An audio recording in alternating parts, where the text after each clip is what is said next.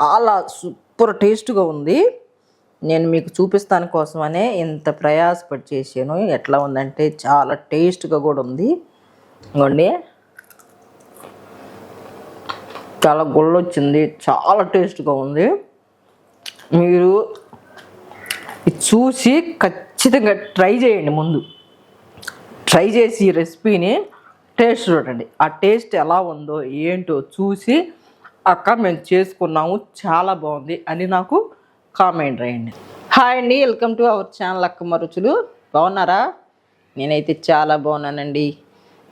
చాలా టేస్టీగా రుచికరంగా పకోడీ వేసుకుందాము. ఎందుకంటే నేను కాలీఫ్లవర్ పకోడీ చూపించాను కదా మన ఛానల్లో. ఒకసారి క్యాబేజీతో కూడా పకోడీ వేద్దామని ప్రిపేర్ చేశాను. ఇదిగోండి, శుభ్రంగా కట్ చేసి శుభ్రంగా గుంజుకొని ఇట్లా పెట్టుకున్నాను. ఇదిగోండి, 1 కప్పు బియ్యం పిండి తీసుకున్నాను. క్యాబేజీ,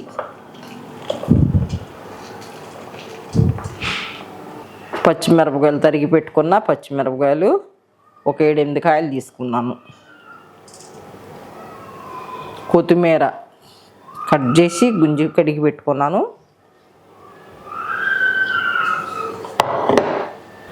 శనగపిండి 1 కప్పు తీసుకున్నాను. ఈ కప్పుతో బియ్యం పిండి 1/2 కప్పు తీసుకున్నాను. కార్న్ పౌడరు 1 స్పూన్, 2 స్పూన్లు వేస్తున్నాను. 2 స్పూన్లు కార్న్ పౌడర్. రుచికి సరిపడా చూసుకుని వేసుకోవాలి. సాల్ట్ కసివితే బాగోదు, దాన్ని మళ్ళీ వెనక్కి తీసుకోలేం కాబట్టి తగ్గించే వేసుకోవాలి. చూసి మళ్ళీ వేసుకోవచ్చు. గరం మసాలా,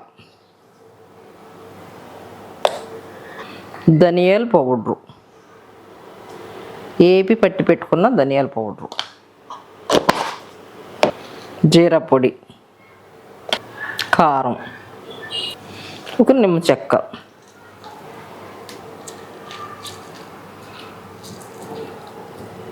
ఇప్పుడు వీటన్నిటిని మిక్స్ చేసుకుందాం.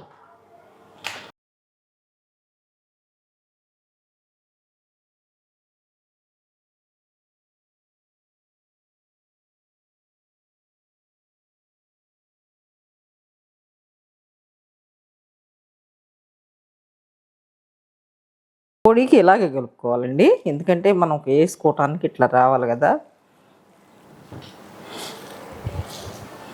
అంత గట్టిగా ఉండకూడదు, అంత మెత్తగా ఉండకూడదు, ఇలా కలుపుకోవాలి.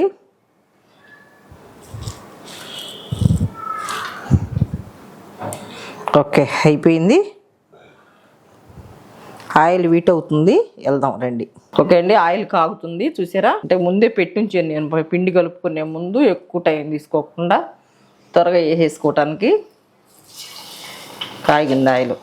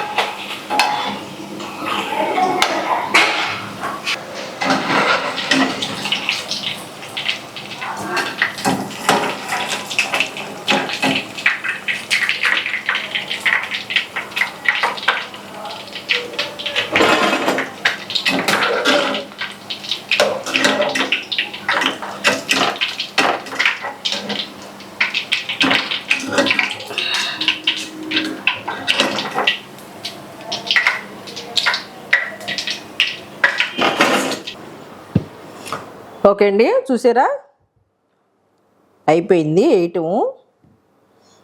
చాలా సూపర్ టేస్ట్గా ఉంది.